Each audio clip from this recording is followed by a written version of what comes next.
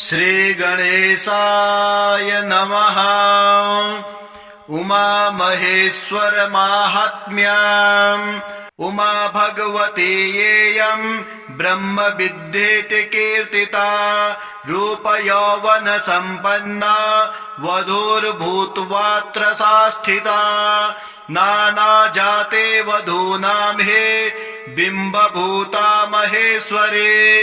यस्याः प्रसादतः सर्वा स्वर्गं मोक्षं च गच्छते इह लोके सुखं तद्वत् जन्तुर्देवादिकोऽपि वा ब्रह्म विष्णुस्तथा रुद्रा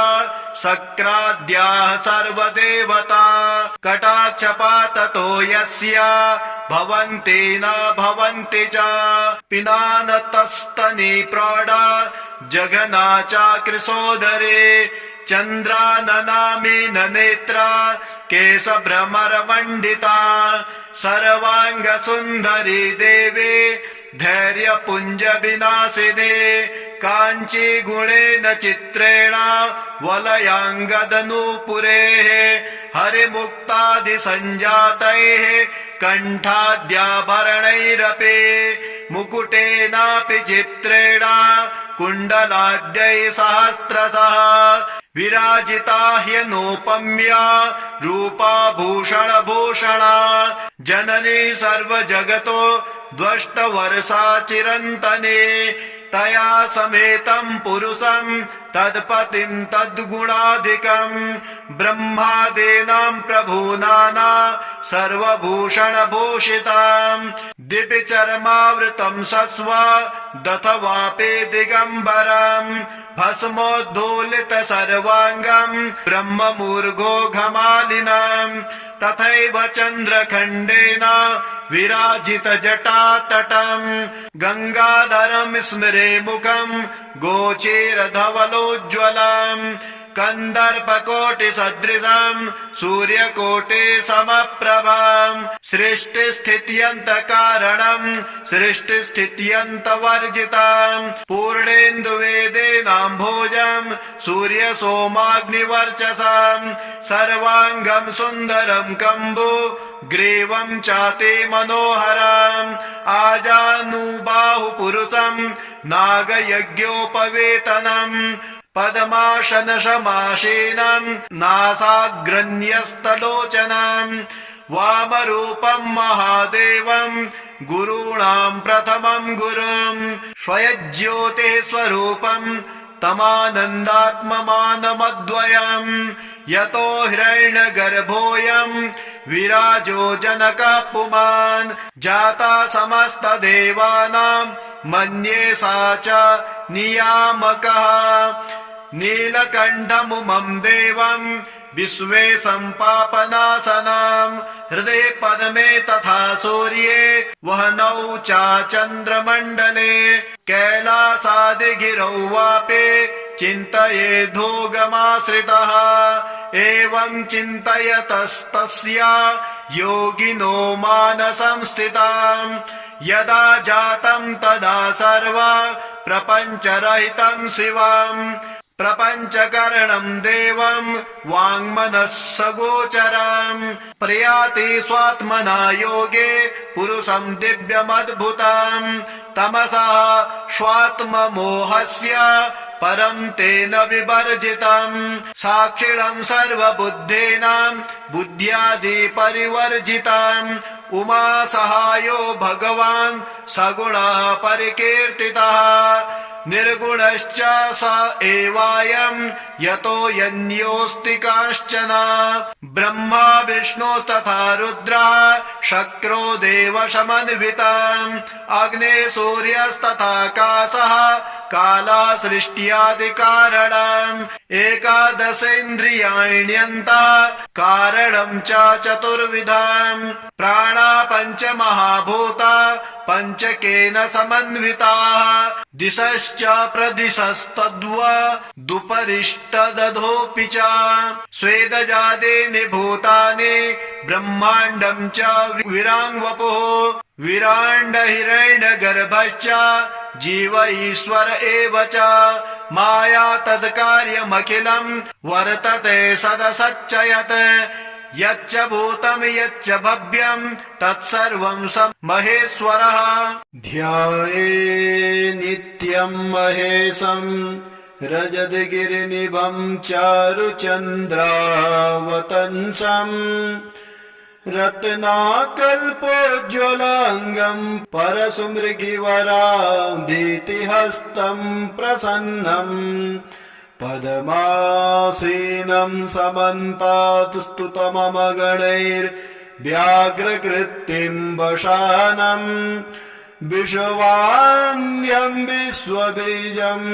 निखिलभयहरम् पञ्चवक्त्रम् त्रिनेत्रम् पशुपतेन्द्युपतेम् धरणीपतिम्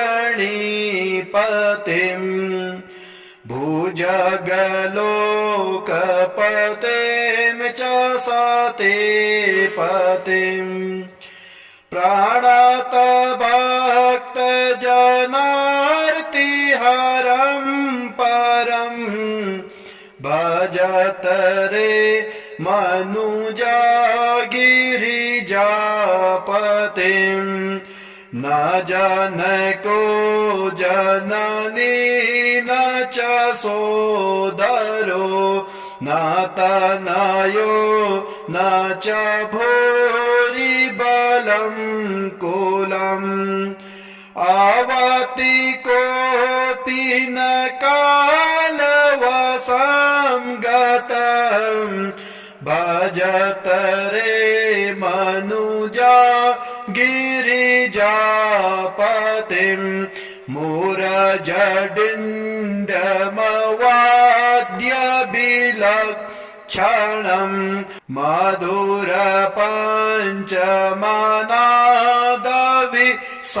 मधुरपञ्चमनादविशारदम् प्रमथभूतगणैरपि सेवितम् भजत रे मनुजा गिरिजापतिम् शरणदम् सुखदम् शरणान्वितम् शिव शिवेति शिवेति नतम् नृणाम् अभयदम्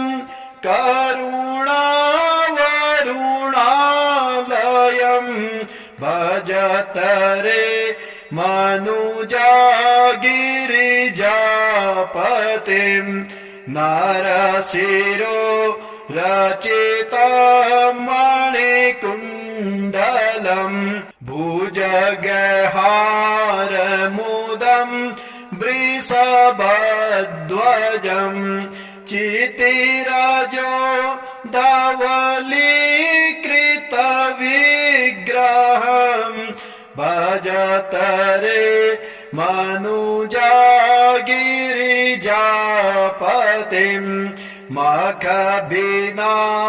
मखविनाशकरम्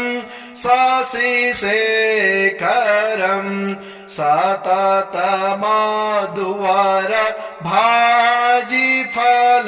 भाजिफलप्रदम् प्रलयदग्ध सुरासुर मानवम् भजत रे मनुजा गिरिजापतिम् मदमपास्य चिरम् हृदि संस्थितम् मरणजन्म जरा भयपीडितम्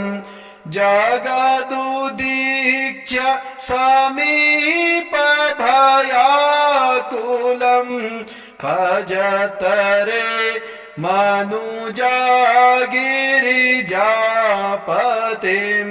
हरिवीरञ्चे सुरा दीपपूजितम् यमजने सधने सनमस्कृतम् त्रिनयनम् भुवनत्रितयाधिपम् भजत रे मनुजा गिरिजापतिम् पशुपते हृदमष्टकमद्भुतम् विरचितम् पृथिवीपतिसूरिणाम् पठति सन् शृणुते मनुजः सदा शिवपुरे वसते लभते मुदम् ध्याये नित्यं महेशम् रजतगिरिनिभं चारुचन्द्रावतंसम् रत्नाकल्पोज्ज्वलाङ्गम् परशुमृगिवराभीतिहस्तम् प्रसन्नम् पद्मासीनं समन्तात् स्तुतममगणैर्व्याघ्रकृत्तिम् वशानम् विश्वान्यं विश्वबीजं निखिलभयहरं पञ्चवक्त्रं त्रिनेत्रं पशुपतेन्द्युपतें धरणीपतिं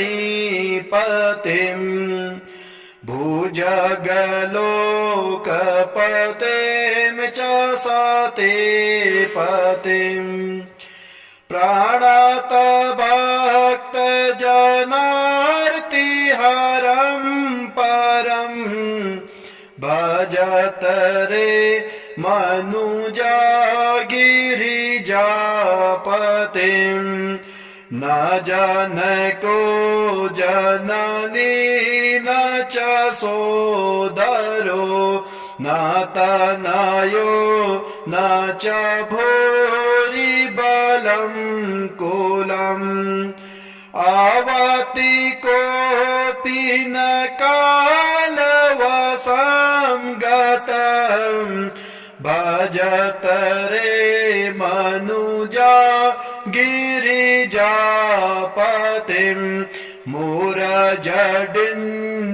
मूरजडिण्डमवाद्य विलक्षणम्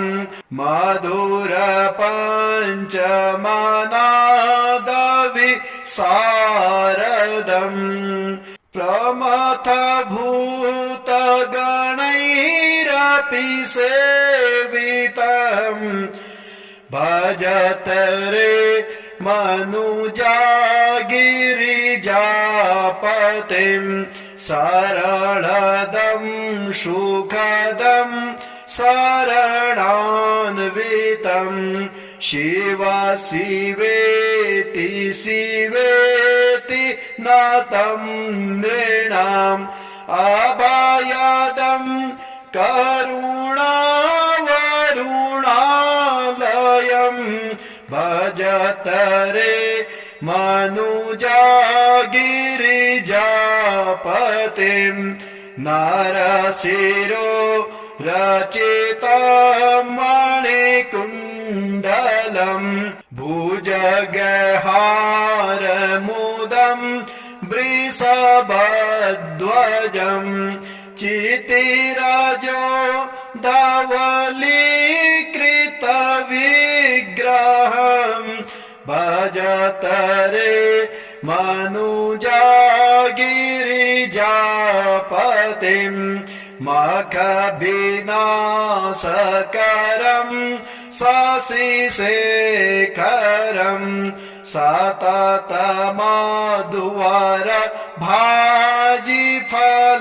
भाजिफलप्रदम् प्रलयदग्ध सुरासुर मानवम् भजत रे मनुजा गिरिजापतिम् मदमपास्य चिरम् हृदि संस्थितम् मरणजन्म जरा भयपीडितम् जगदुदीक्ष्य समीपभयाकुलम् भजत रे मनुजा गिरिजा हरिवीरञ्चे सुरा दीपपूजितम् यमजने सधने सनमस्कृतम् त्रिनयनम् भुवनत्रितयाधिपम् भजतरे मनुजगिरिजापतिम् पशुपते हृदमष्टकमद्भुतम् विरचितम् पृथिवीपतिसूरिणाम् पठति सन् शृणुते मनुजः सदा शिवपुरे वसते लभते मुदम्। ॐ श्री गणेशाय नमः। उमा महेश्वर माहात्म्यम् उमा भगवती येयम् ब्रह्म विद्येति कीर्तिता रूप यौवन संपन्ना वधूर्भूत्वात्र सा स्थिता नाना जाते वधूनां हे बिम्बभूता महेश्वरी यस्याः प्रसादतः सर्वा स्वर्गं मोक्षं च गच्छते इह लोके सुखं तद्वत् जन्तुर्देवादिकोऽपि वा ब्रह्म विष्णुस्तथा रुद्र शक्राद्याः सर्वदेवता कटाक्षपाततो यस्य भवन्ति न भवन्ति च पिनानतस्तनी प्रौढा जघना चाकृसोदरे चन्द्राननामीन नेत्रा केशभ्रमरमण्डिता सर्वाङ्ग सुन्दरी देवी धैर्यपुञ्ज विनाशिने काञ्ची गुणेन चित्रेण वलयाङ्गदनूपुरेः हरिमुक्तादिसञ्जातैः कण्ठाद्याभरणैरपि मुकुटेनापि चित्रेण कुण्डलाद्यैः सहस्रशः विराजिता ह्यनोपम्या रूपा भूषणभूषणा जननी सर्वजगतो द्वष्टवर्षा चिरन्तने तया समेतं पुरुषं तत्पतिं तद्गुणाधिकम् ब्रह्मादीनां प्रभूनाना सर्वभूषणभूषिताम् दिव्य चर्मावृतं सस्व दथवापि दिगम्बरम् भस्मोद्धूलित सर्वाङ्गम् ब्रह्ममूर्घो घमालिनम् तथैव चन्द्रखण्डेन विराजित जटातटम् गङ्गाधरम् स्मरे मुखम् गोचीरधवलोज्ज्वलम् कन्दर्पकोटिसदृशम् सूर्यकोटि समप्रभम् सृष्टिस्थित्यन्तकारणम् सृष्टिस्थित्यन्तवर्जितम् पूर्णेन्दुवेदेनाम्भोजम् सूर्यसोमाग्निवर्चसम् सर्वाङ्गम् सुन्दरम् कम्बु ग्रीवम् चाति मनोहरम् आजानुबाहुपुरुषम् नागयज्ञोपवेतनम् पद्मासनसमासीनम् नासाग्रण्यस्तलोचनम् वामरूपम् महादेवम् गुरूणाम् प्रथमम् गुरुम् स्वयज्योतिः स्वरूपम् तमानन्दात्ममानमद्वयम् यतो हिरण्यगर्भोऽयम् विराजो जनकः पुमान् जाता समस्तदेवानां मन्ये सा च नियामकः नीलकण्ठमुमं देवम् विश्वेशं पापनाशनम् हृदये पद्मे तथा सूर्ये वह्नौ च चन्द्रमण्डले कैलासादिगिरौ वापि चिन्तयेद्धोगमाश्रितः एवं चिन्तयतस्तस्य योगिनो मानसं स्थिताम् यदा जातं तदा सर्व प्रपञ्चरहितं शिवम् प्रपञ्च पञ्चकर्णं देवं वाङ्मनः सगोचरम् प्रयाति स्वात्मना योगे पुरुषं दिव्यमद्भुतम् तमसः स्वात्ममोहस्य परं तेन विवर्जितम् साक्षिणं सर्वबुद्धीनां बुद्ध्यादि परिवर्जितम् उमा सहायो भगवान् सगुणः परिकीर्तितः निर्गुणश्च स एवायम् यतो यन्योऽस्ति काश्चन ब्रह्मा विष्णुस्तथा रुद्रः शक्रो देवशमन्वितम् अग्ने सूर्यस्तथा काशः कालः सृष्ट्यादिकारणम् एकादशेन्द्रियाण्यन्तः कारणं च चतुर्विधम् प्राणा पञ्चमहाभूता पञ्चकेन समन्विताः दिशश्च प्रदिशस्तद्वदुपरिष्टदधोऽपि च स्वेदजादीनि भूतानि ब्रह्माण्डं च विराङ्वपुः विराण्डहिरण्यगर्भश्च जीव ईश्वर एव च माया तत्कार्यमखिलं वर्तते सदसच्चयत् यच्च भूतं यच्च भव्यं तत्सर्वं स महेश्वरः। ॐ श्री गणेशाय नमः। पार्वती वल्लभ नीलकण्ठाष्टकम् नमो भूतनाथं नमो देवदेवं नमः कालकालं नमो देव्यतेजः नमः कामभस्मं नमः शान्तशीलं भजे पार्वती वल्लभं नीलकण्ठं सदा तीर्थसिद्धं सदा भक्तरक्षं सदा सेवपूज्यं सदा शुभ्रभस्मं सदा ध्यानयुक्तं सदा ज्ञानकल्पं भजे पार्वती वल्लभं नीलकण्ठं शंसाने शयानं महास्थानवासं शरीरं गजानन् सदा चर्मवेष्टम् पिशाचाधिनाथं पशूनां प्रतिष्ठं भजे पार्वती वल्लभं नीलकण्ठं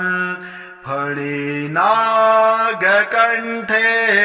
भुजङ्गाद्यनेकं गले रुण्डमालं महावीरशूरम् कटिव्याघ्रचर्मं चिताभस्मलेपं भजे पार्वती वल्लभं नीलकण्ठं शिरसोद्धगङ्गा शिवा वामभागं बृहद्दीर्घकेशं सदा मां त्रिनेत्रं फणिनागकर्णं सदा बालचन्द्रं भजे पार्वती वल्लभं नीलकण्ठं करे शूलधारं महाकाष्ठनाशं सुरेशं परेशं महेशं जनेशं धनेशास्तुतेशं ध्वजेशं गिरीशं भजे पार्वती वल्लभं नीलकण्ठं उदानं सुदानं सुकैलासवासं धरा निर्धरं संस्थितं ह्यादिदेवम् अजं हेमकल्पद्रुमं कल्पसेभ्यं भजे पार्वती वल्लभं नीलकण्ठं मुनीनां वरेण्यं गुणं रूपवर्णं द्विजानं पठन्तं शिवं वेदशास्त्रम् अहो दीनवत्सं कृपालुं शिवं तं भजे पार्वती वल्लभं नीलकण्ठं सदा भावनाथं सदा सेव्यमानं सदा भक्तिदेवां सदा पूज्यमानं मया तीर्थवासं सदा सेव्यमेकं भजे पार्वती वल्लभं नीलकण्ठं ध्याये नित्यं महेशं रजतगिरिनिभं चारुचन्द्रावतंसम् रत्नाकल्पोज्ज्वलाङ्गं परशुमृगिवराभीतिहस्तं प्रसन्नम् पद्मासीनं समन्तात् स्तुतमगणैर्व्याघ्रकृत्तिं वशानं विश्वान्यं विश्वबीजं निखिलभयहरं पञ्चवक्त्रं त्रिनेत्रं पशुपतेन्द्युपतें धरणीपतिं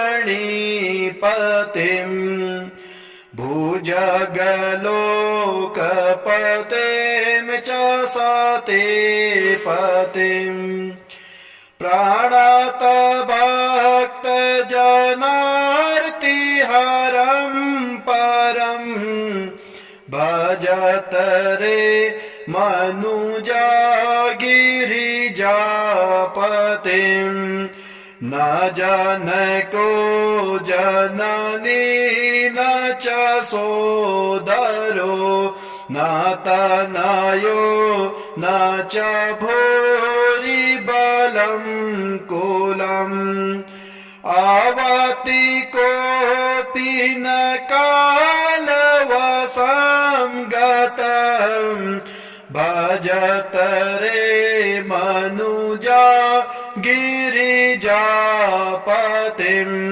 मूरजडिण्डमवाद्य विलक्षणं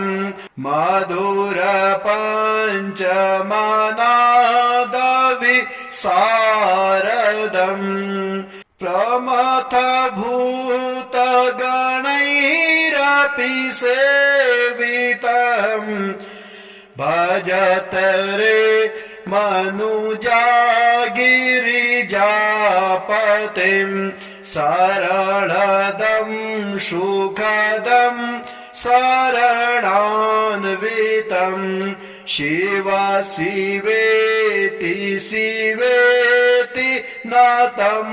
नृणाम् अभयदं करुणावरुणालयं भजत रे मनुजा गिरिजापतिं नरशिरो रचितं मणिकुण्डलं भुजगहारमुदं वृषभध्वजं चितिरजो धवलीकृतविग्रहं भजत रे मनुजा गिरिजापतिं मखविनाशकरं शशिशेखरं सततमधुवर भाजिफलप्रदं प्रलयदग्ध सुरासुर मानवं भजत रे मनुजा गिरिजापतिं मदमपास्य चिरं हृदि संस्थितं मरणजन्म जरा भयपीडितं जगदुदीक्ष्य समीपभयाकुलं भजत रे मनुजा गिरिजापतिं हरिवीरञ्चे सुरा दीपपूजितं यमजने सधने सनमस्कृतं त्रिनयनं भुवनत्रितयाधिपं भजत रे मनुजा गिरिजापतिं पशुपते हृदमष्टकमद्भुतं विरचितं पृथिवीपतिसूरिणां पठति सन् शृणुते मनुजः सदा शिवपुरे वसते लभते मुदम्। ॐ श्रीगणेशाय नमः। उमा महेश्वर माहात्म्यम् उमा भगवती येयं ब्रह्म विद्येति कीर्तिता रूप यौवन संपन्ना वधूर्भूत्वात्र सा स्थिता नाना जाते वधूनां हे बिम्बभूता महेश्वरी यस्याः प्रसादतः सर्वा स्वर्गं मोक्षं च गच्छति इह लोके सुखं तद्वत् जन्तुर्देवादिकोऽपि वा ब्रह्म विष्णुस्तथा रुद्र शक्राद्याः सर्वदेवता कटाक्षपाततो यस्य भवन्ति न भवन्ति च पिनानतस्तनी प्रौढा जघना चाकृसोदरे चन्द्राननामीन नेत्रा केशभ्रमरमण्डिता सर्वाङ्गसुन्दरी देवी धैर्यपुञ्ज विनाशिने काञ्ची गुणेन चित्रेण वलयाङ्गदनूपुरेः हरिमुक्तादिसञ्जातैः कण्ठाद्याभरणैरपि मुकुटेनापि चित्रेण कुण्डलाद्यैः सहस्रशः विराजिता ह्यनोपम्या रूपा भूषणभूषणा जननी सर्वजगतो द्वष्टवर्षा चिरन्तने तया समेतं पुरुषं तत्पतिं तद्गुणाधिकं ब्रह्मादीनां प्रभूनाना सर्वभूषणभूषितां दिव्यचर्मावृतं सस्व दथवापि दिगम्बरं भस्मोद्धूलित सर्वाङ्गं ब्रह्ममूर्घो घमालिनं तथैव चन्द्रखण्डेन विराजित जटातटं गङ्गाधरं स्मरे मुखं गोचीरधवलोज्ज्वलं कन्दर्पकोटिसदृशं सूर्यकोटिसमप्रभं सृष्टिस्थित्यन्तकारणं सृष्टिस्थित्यन्तवर्जितं पूर्णेन्दुवेदेनाम्भोजं सूर्यसोमाग्निवर्चसं सर्वाङ्गं सुन्दरं कम्बु ग्रीवं चाति मनोहरम् आजानुबाहुपुरुषं नागयज्ञोपवेतनम् पद्मासनसमासीनं नासाग्रन्यस्तलोचनं वामरूपं महादेवं गुरूणां प्रथमं गुरुं स्वयज्योतिः स्वरूपं तमानन्दात्ममानमद्वयम् यतो हिरण्यगर्भोऽयं विराजो जनकः पुमान् जाता समस्तदेवानां मन्ये सा च नियामकः नीलकण्ठमुमं देवं विश्वेशं पापनाशनं हृदे पद्मे तथा सूर्ये वह्नौ च चन्द्रमण्डले कैलासादिगिरौ वापे चिन्तयेद्धोगमाश्रितः एवं चिन्तयतस्तस्य योगिनो मानसं स्थिताम् यदा जातं तदा सर्व प्रपञ्चरहितं शिवम् प्रपञ्चकरणं देवं वाङ्मनस्सगोचरम् प्रयाति स्वात्मना योगे पुरुषं दिव्यमद्भुतम् तमसः स्वात्ममोहस्य परं तेन विवर्जितम् साक्षिणं सर्वबुद्धीनां बुद्ध्यादि परिवर्जितम् उमा सहायो भगवान् सगुणः परिकीर्तितः निर्गुणश्च स एवायं यतो यन्योऽस्ति काश्चन ब्रह्मा विष्णुस्तथा रुद्रः शक्रो देवशमन्वितम् अग्ने सूर्यस्तथाकाशः कालः सृष्ट्यादिकारणम् एकादशेन्द्रियाण्यन्तः कारणं च चतुर्विधम् प्राणा पञ्चमहाभूता पञ्चकेन समन्विताः दिशश्च प्रदिशस्तद्वदुपरिष्टदधोऽपि च स्वेदजादीनि भूतानि ब्रह्माण्डं च विराङ्वपुः विराण्डहिरण्यगर्भश्च जीव ईश्वर एव च माया तत्कार्यमखिलं वर्तते सदसच्च यत् यच्च भूतं यच्च भव्यं तत्सर्वं स महेश्वरः। ॐ श्री गणेशाय नमः। पार्वती वल्लभ नीलकण्ठाष्टकम् नमो भूतनाथं नमो देवदेवं नमः कालकालं नमो देव्यतेजः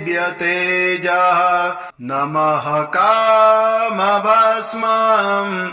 नमः शान्तशीलं भजे पार्वती वल्लभं नीलकण्ठं सदा तीर्थसिद्धं सदा भक्तरक्षं सदा सेवपूज्यं सदा शुभ्रभस्मं सदा ध्यानयुक्तं सदा ज्ञानकल्पं भजे पार्वती वल्लभं नीलकण्ठं शंसाने शयानं महास्थानवासं शरीरं गजानन् सदा चर्मवेष्टम् पिशाचाधिनाथं पशूनां प्रतिष्ठं भजे पार्वती वल्लभं नीलकण्ठं फणिनागकण्ठे भुजङ्गाद्यनेकं गले रुण्डमालं महावीरशूरम् कटिव्याघ्रचर्मं चिताभस्मलेपं भजे पार्वती वल्लभं नीलकण्ठं शिरसोद्धगङ्गा शिवा वामभागं बृहद्दीर्घकेशं सदा मां त्रिनेत्रम् फणिनागकर्णं सदा बालचन्द्रं भजे पार्वती वल्लभं नीलकण्ठं करे शूलधारं महाकाष्ठनाशं सुरेशं परेशं महेशं जनेशं धनेशास्तु तेषं ध्वजेशं गिरीशं भजे पार्वते वल्लभं नीलकण्ठम् उदानं सुदानं सुकैलासवासं धरा निर्धरं संस्थितं ह्यादिदेवम् अजं हेमकल्पद्रुमं कल्पसेव्यं भजे पार्वती वल्लभं नीलकण्ठम् मुनीनां वरेण्यं गुणं रूपवर्णं द्विजानं पठन्तं शिवं वेदशास्त्रम् अहो दीनवत्सं कृपालुं शिवं तं भजे पार्वती वल्लभं नीलकण्ठम् सदा भावनातं सदा सेव्यमानं सदा भक्तिदेवां सदा पूज्यमानं मया तीर्थवासं सदा सेव्यमेकं भजे पार्वती वल्लभं नीलकण्ठम् ध्याये नित्यं महेशं रजतगिरिनिभं चारुचन्द्रावतंसं रत्नाकल्पोज्ज्वलाङ्गं परशुमृगिवराभीतिहस्तं प्रसन्नम् पद्मासीनं समन्तात् स्तुतममगणैर्व्याघ्रकृत्तिं वशानम् विश्वान्यं विश्वबीजं निखिलभयहरं पञ्चवक्त्रं त्रिनेत्रं पशुपतेन्द्युपतें धरणीपतिं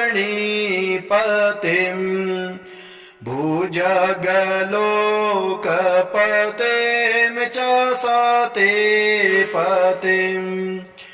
प्राणात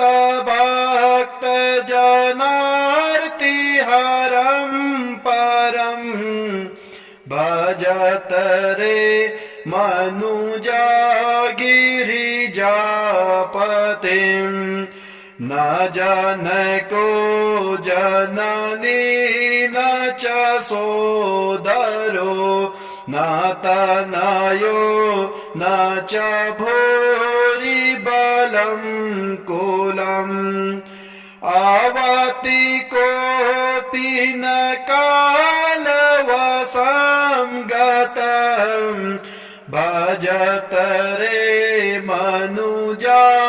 गिरिजापतिं मूरजडिण्डमवाद्यविलक्षणं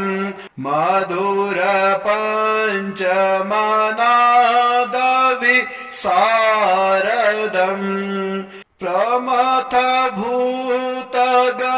प्रमथभूतगणैरपि सेवितं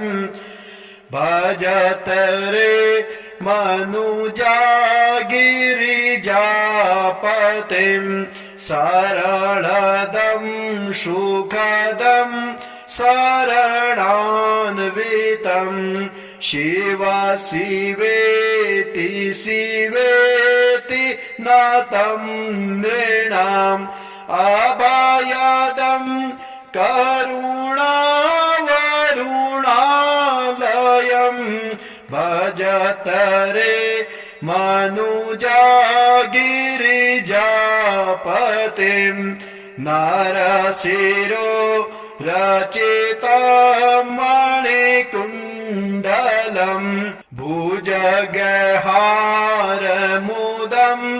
वृषभध्वजं चितिरजो